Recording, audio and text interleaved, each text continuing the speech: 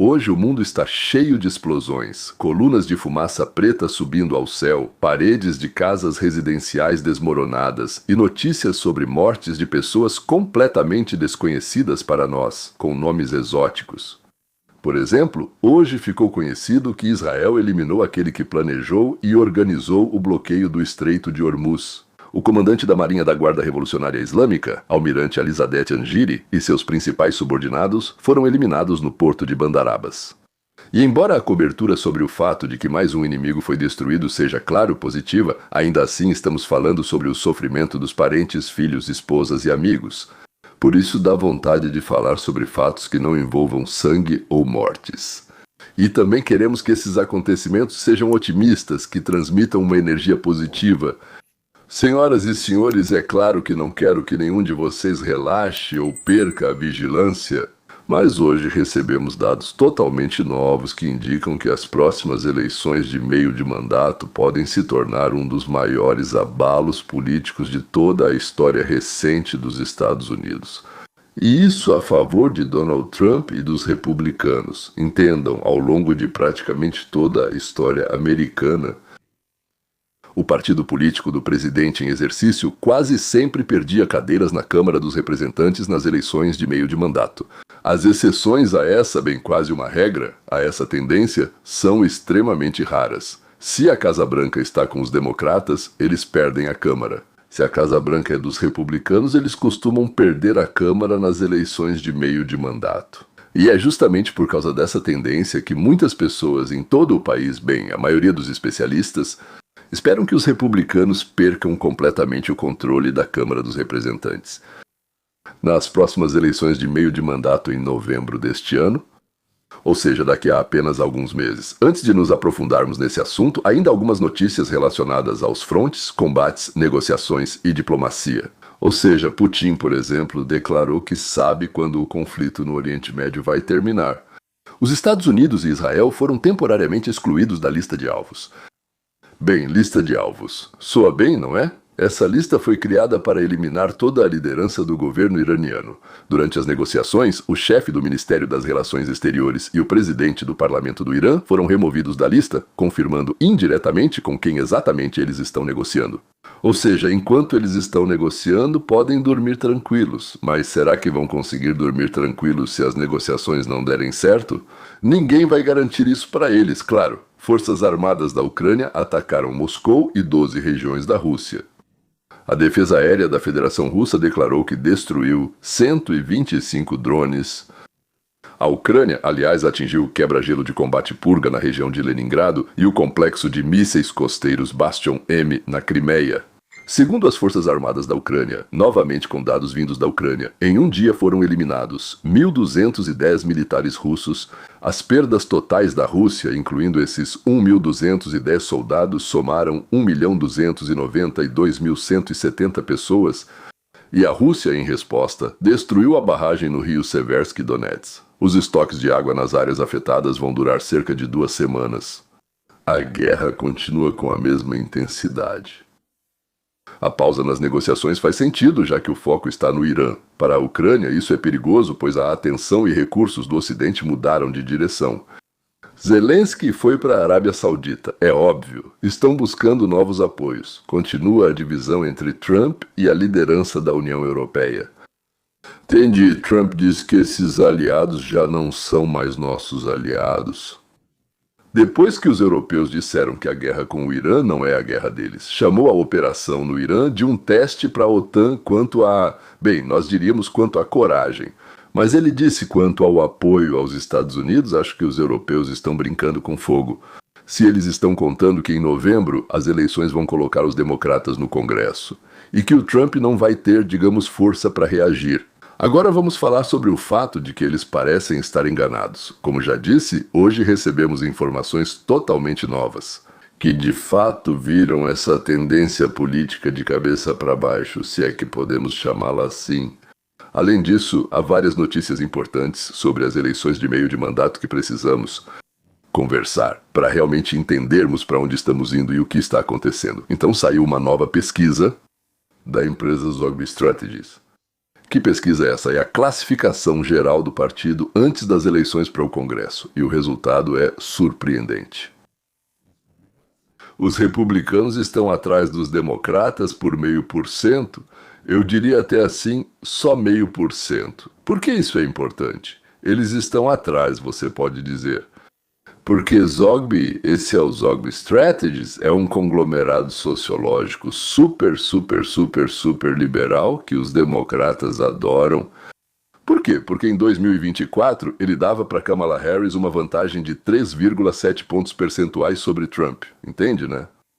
Olha o viés deles. E agora, mesmo com esse viés, os republicanos estão atrás só 0,5%. Não estão atrás 3,7%, e a gente sabe como isso terminou, né? Ou seja, não é uma fonte favorável aos republicanos.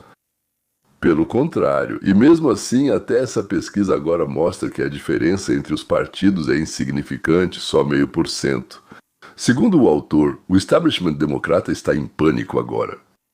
Eles estão literalmente perdendo a cabeça com esses números. Se levarmos em conta que as eleições de meio de mandato historicamente sempre foram ruins para o partido do presidente em exercício. Esses dados significam que os republicanos podem muito bem manter, ou até mesmo, o que seria inédito, ampliar sua maioria na Câmara dos Representantes. Isso seria uma bomba. Bomba? Por que o GOP e os republicanos estão apenas 0,5% atrás dos democratas? Vamos tentar entender os motivos. Em primeiro lugar, houve o que chamam de redistritamento, ou seja, a redistribuição dos distritos. Já falamos sobre isso, não vou me aprofundar. Já falei sobre esse assunto 2 vezes. Após as eleições de 1924, os republicanos redistribuíram os distritos de forma que agora já estão conseguindo bem algo em torno de 12 novas cadeiras na Câmara dos Representantes.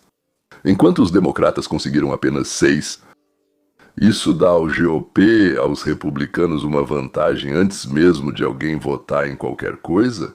Além disso, são esperadas 2 decisões importantes da Suprema Corte: proibição da contagem de cédulas enviadas pelo correio após o dia da eleição. Tradicionalmente, isso ajudava os democratas. Mesmo que a gente considere que tudo foi feito de forma honesta, o que é difícil de acreditar, mas vamos supor que sim, ainda assim houve uma inclinação enorme a favor dos democratas. E então, o reconhecimento de inconstitucionalidade. Distritos democratas desenhados com base racial. Isso pode custar aos democratas até 20 cadeiras na Câmara. Não vai custar tanto. Mas, teoricamente, se tudo isso for refeito por completo, pode chegar a 20 cadeiras. Agora, então, a lei Save America Act. Ou seja, o ato de salvação da América. Trump promete ou aprovar essa lei pelo Senado. Tem muitas dificuldades. Mas, digamos assim, ele está levando a sério. Está pressionando de verdade. Ou assinar uma ordem executiva presidencial que exigirá a confirmação da cidadania no registro, documento de identidade com foto na hora da votação e a completa proibição da votação pelo correio em todo o país. O primeiro convenção da história nas eleições de meio de mandato. Isso também nunca aconteceu antes. Trump está organizando. E uma convenção no ano das eleições de meio de mandato. Isso simplesmente nunca aconteceu. Por quê? Porque era assim que costumava ser. Mas nas eleições intermediárias isso simplesmente não era feito e pronto. Mas isso sempre mobiliza ao máximo os eleitores. Pode haver um escândalo de interferência estrangeira sobre o qual rumores começaram a circular. Tulsi Gabbard comenta: se Trump apresentar provas de que os democratas estiveram envolvidos em interferência estrangeira nas eleições, a participação dos republicanos vai aumentar drasticamente, simplesmente por indignação. Conclusão. É uma coincidência de vários fatores jurídicos, legislativos e organizacionais ao mesmo tempo. E isso explica por que até mesmo uma pesquisa de esquerda mostra uma diferença tão pequena. Essa é a minha opinião pessoal. Vance recebeu recentemente a tarefa de investigar praticamente apenas democratas. Bem, isso é chamado de investigação de corrupção, mas está claro que é uma investigação contra democratas. O eleitor americano reage não tanto à política, mas sim às emoções. Bem, não só o americano. Isso acontece no mundo todo. Medo, raiva, sentimento de injustiça. Uma investigação de corrupção de grande repercussão sempre foi uma das ferramentas mais poderosas para mobilizar eleitores na política de qualquer país, inclusive a dos Estados Unidos. Vance é um político inteligente, agressivo e muito convincente. Ele sabe falar de forma simples com os americanos. Se é ele quem lidera esse processo, isso dá muito peso à investigação.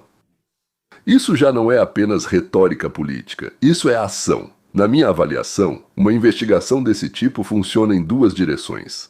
Ela, ao mesmo tempo, mobiliza os republicanos e desmoraliza os democratas. O eleitor do Partido Democrata, ao ver seus líderes sob investigação, pode simplesmente não ir votar. E isso, às vezes, é mais importante do que trazer os seus próprios eleitores. Mas o principal é que eles podem acabar não indo votar nessas eleições. Aqueles chamados de independentes que tendiam para a esquerda, a única coisa que pode virar isso contra os republicanos é se a investigação acabar sendo vazia sem provas reais. Nesse caso, isso será visto como perseguição política. E parte das simpatias dos eleitores independentes vai para os democratas, que supostamente foram injustiçados. Se houver fatos reais e nomes concretos por trás da investigação, isso pode se tornar um fator decisivo nas eleições de meio de mandato. Combinado com a redistribuição dos distritos e a decisão esperada da Suprema Corte, os republicanos agora têm as melhores chances na redistribuição dos distritos. E a Suprema Corte também é muito importante o que a Suprema Corte decide. O que na verdade já aconteceu? Um fato, não uma previsão. A decisão da Suprema Corte já foi tomada. Em dezembro de 2025, a Suprema Corte votou 6-3. E permitiu ao Texas, especificamente ao Texas, usar o novo mapa redesenhado dos distritos nas eleições de 2026.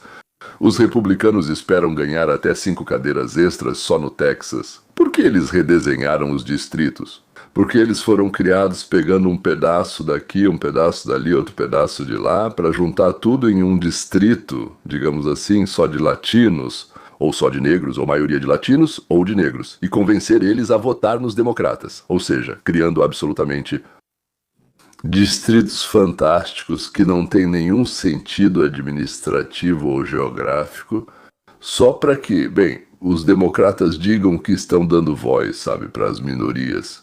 Na verdade, para tirar dos republicanos as suas cadeiras.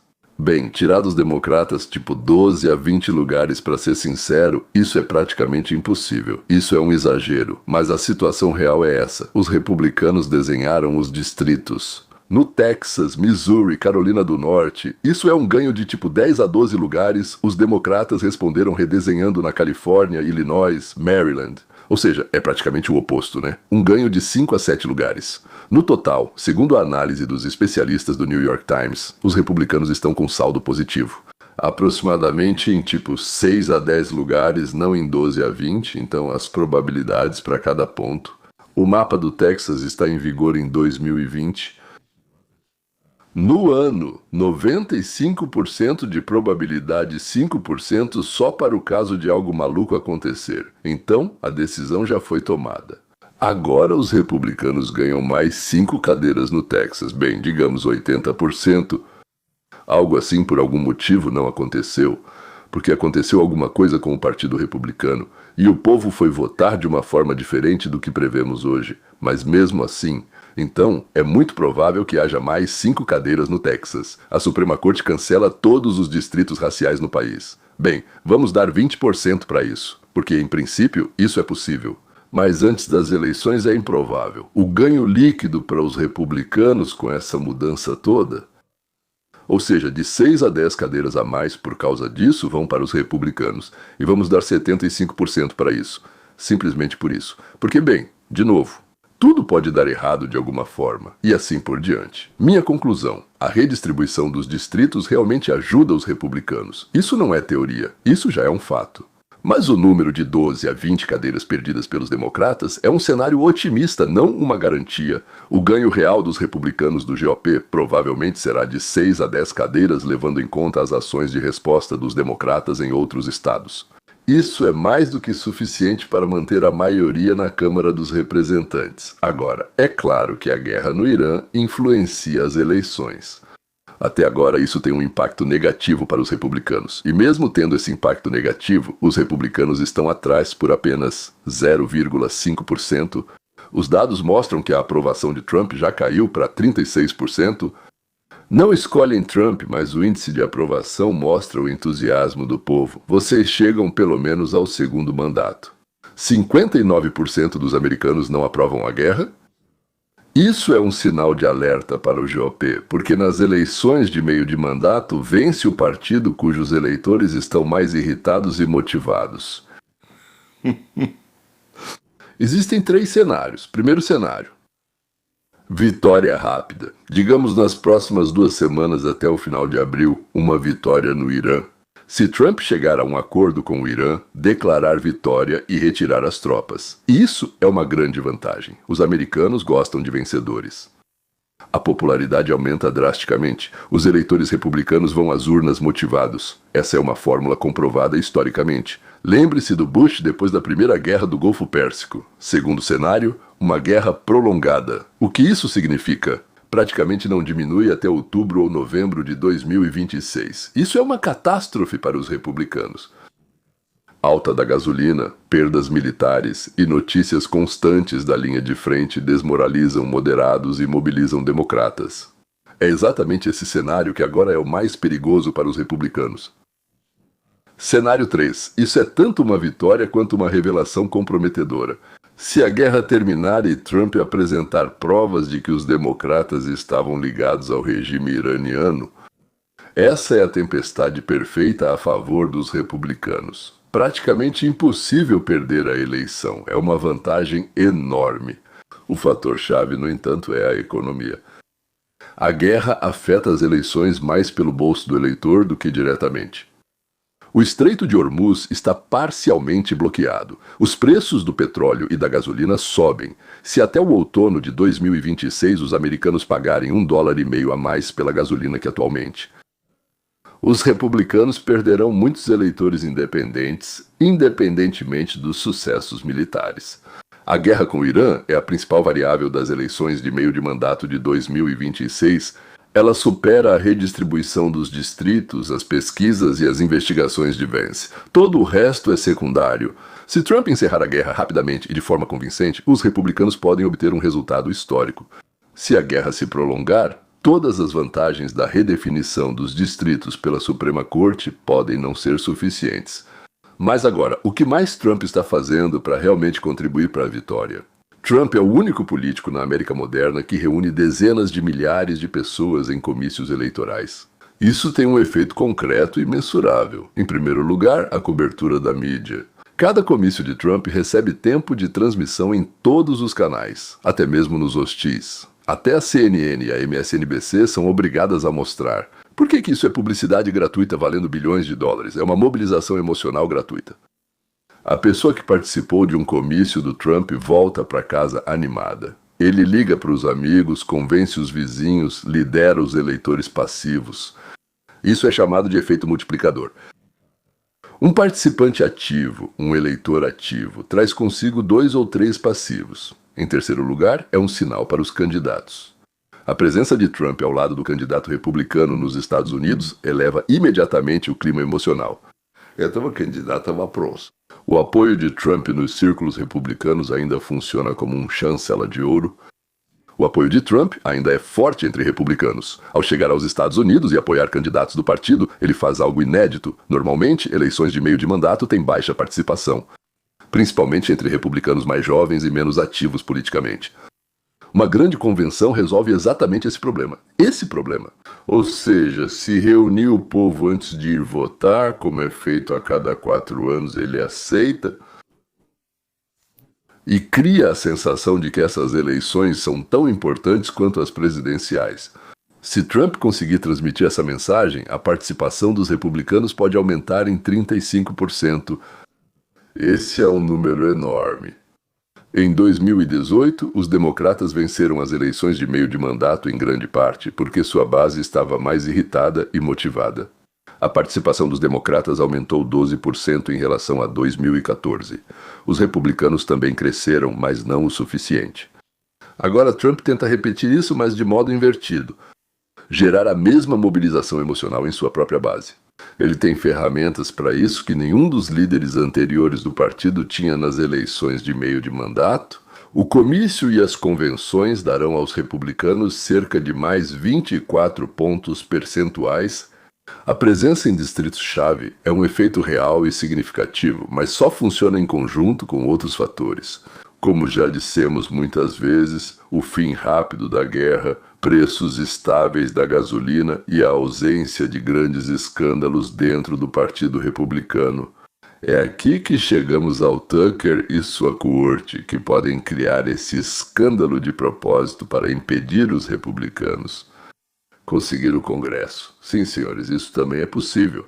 Se todas essas condições coincidirem, Trump pode conseguir o que nenhum presidente conseguiu nos últimos 100 anos: vencer as eleições de meio de mandato em vez de perdê-las. Qual é, na verdade, o problema do Partido Democrata neste momento? O principal problema não vem do líder. Isso não é exagero. O Partido Democrata está passando agora pela crise de identidade mais séria dos últimos 30 anos. Após a derrota de Harris em 1924, formou-se um verdadeiro vácuo. Não havia um líder óbvio, nem uma ideia unificadora. Os democratas precisam de alguém que consiga fazer 3 coisas ao mesmo tempo. Por isso é tão difícil encontrá-lo. A primeira é falar com a classe trabalhadora branca na Pensilvânia, Michigan e Wisconsin, na linguagem da classe trabalhadora e não na linguagem dos campi universitários. A segunda é manter a coalizão de minorias, jovens e aposentados instruídos, eleitores dos subúrbios. Ou seja, essa coalizão era formada por negros, latinos, jovens e aquelas pessoas, especialmente mulheres, que vivem nos subúrbios. A terceira é oferecer uma alternativa econômica clara e não apenas ser anti-Trump. Vamos dividir. Esse marxismo aí, ele é ruim. Isso é anti-trumpismo. Se for falar de uma pessoa que pode começar a unir o partido agora mesmo, bem antes das eleições intermediárias, eu apostaria no Josh Shapiro. Ele não é o mais chamativo, mas é o mais convincente eleitoralmente. Na política americana, muitas vezes não vence o mais carismático, mas sim o mais confiável. Mas a principal verdade é que os democratas não têm agora uma figura do porte do Trump, uma pessoa que por si só seja uma força motriz e uma marca. E esse é o principal problema deles, não só nas eleições intermediárias, mas também nas presidenciais de 2028. Bill Clinton, em 1992, formulou um princípio absolutamente perfeito, segundo o qual os americanos votam. Ele disse: "É a economia, estúpido." Bem, em inglês soa melhor, né, bobinho? Ei, bobinho! A economia é o que importa, né? Desde então nada mudou. O eleitor americano vota, antes de tudo, pelo bolso. Todo o resto, guerra, escândalos, ideologia, é secundário. Em comparação com uma pergunta simples: eu vivo melhor ou pior do que há um ano? Isso foi o Ronald Reagan, aliás, quem disse. Os números hoje são contraditórios e é por isso que são interessantes. Pontos positivos para os republicanos. O PIB cresceu 4,3% no ano passado. Esse é um forte indicador. O desemprego seguiu baixo e o mercado de ações se recuperou após o choque tarifário do início do ano. Pontos negativos. A inflação está em 2,4% e deve subir ainda mais devido à gasolina. Mas a sensação real das pessoas é pior do que esses 2,4%. Está inacessível, os produtos estão caros e a guerra com o Irã já começou a elevar os preços da gasolina. E a gasolina é o preço mais sensível politicamente nos Estados Unidos, porque todo motorista vê isso, todos os dias. De acordo com dados históricos, cada aumento de 10 centavos no preço da gasolina reduz a aprovação do presidente em 1,2 ponto percentual.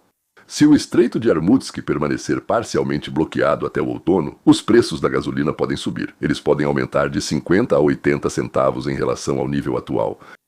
Isso é um golpe direto na aprovação de Trump e dos republicanos nos estados indecisos. Agora, sobre as tarifas. Trump usa as tarifas como uma ferramenta política. Sua base, classe trabalhadora e estados industriais aprovam, mas as tarifas elevam preços para os demais. O paradoxo é que justamente os eleitores que Trump tenta proteger com as tarifas, a classe trabalhadora, são os que mais sofrem com o aumento dos preços do dia a dia. Isso pode gerar frustração dentro da própria base dele. E a conclusão final, digamos assim: A economia agora está em um ponto em que pode seguir para qualquer lado. Isso a torna mais importante do que a redefinição dos limites dos distritos eleitorais. Mais importante do que os comícios de Trump, mais importante até mesmo do que a guerra com o Irã. Se eu tiver que apostar em um único indicador principal que vai determinar o resultado das eleições de meio de mandato, será o preço da gasolina em outubro de 2022. Se ela estiver abaixo de $4, é provável que os republicanos mantenham a Câmara. Se ela estiver acima de $5, os democratas têm uma chance real de recuperá-la. Todo o resto são detalhes ou fatores que influenciam o preço da gasolina. Bem, além disso, como já dissemos, há entusiasmo aqui, raiva ali e decepção em outro lugar. No final das contas, veja só, no preço da gasolina deve. Isso é tudo. Até logo.